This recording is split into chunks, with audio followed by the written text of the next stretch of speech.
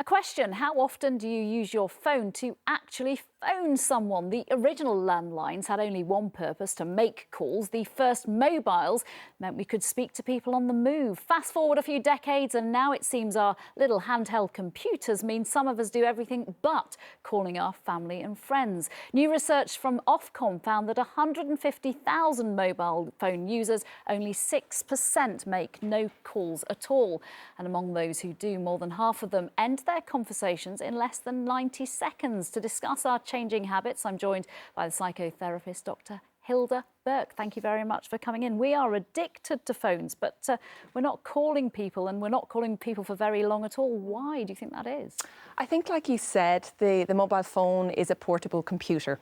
So we can use it to watch our favourite series. We can use it to order, shop, globally, anytime, any place, gamble, porn. There's a plethora of things we can do on our device. So I think making calls has really fallen to the bottom of the list in terms of, those other things that kind of entice us to use our phones. OK, and mobile phones also mean that we're also connected to so many people through various different social media sites.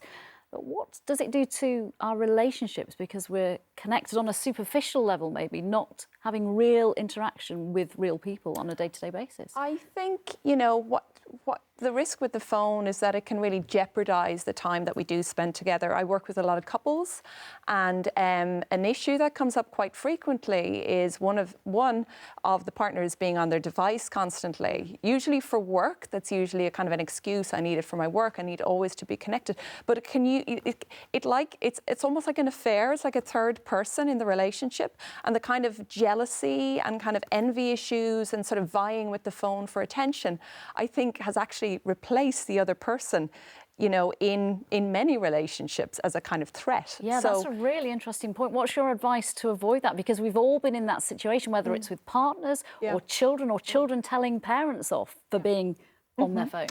Or yes, indeed, it can go both ways. I think, once there's a discussion about it, I think when people pretend, get sulky, get stroppy, but rather than kind of asking them, asking directly, listen, when we go out for dinner, when we have meals, can we please turn off our devices? And actually working with couples in that way, most people are quite receptive to that, rather than, oh, you're on your phone again. So if it's Hilda Burke, we've got to end it there, but a phone is the third person in your marriage. Thank you very much for that thought. Thank you. Finally,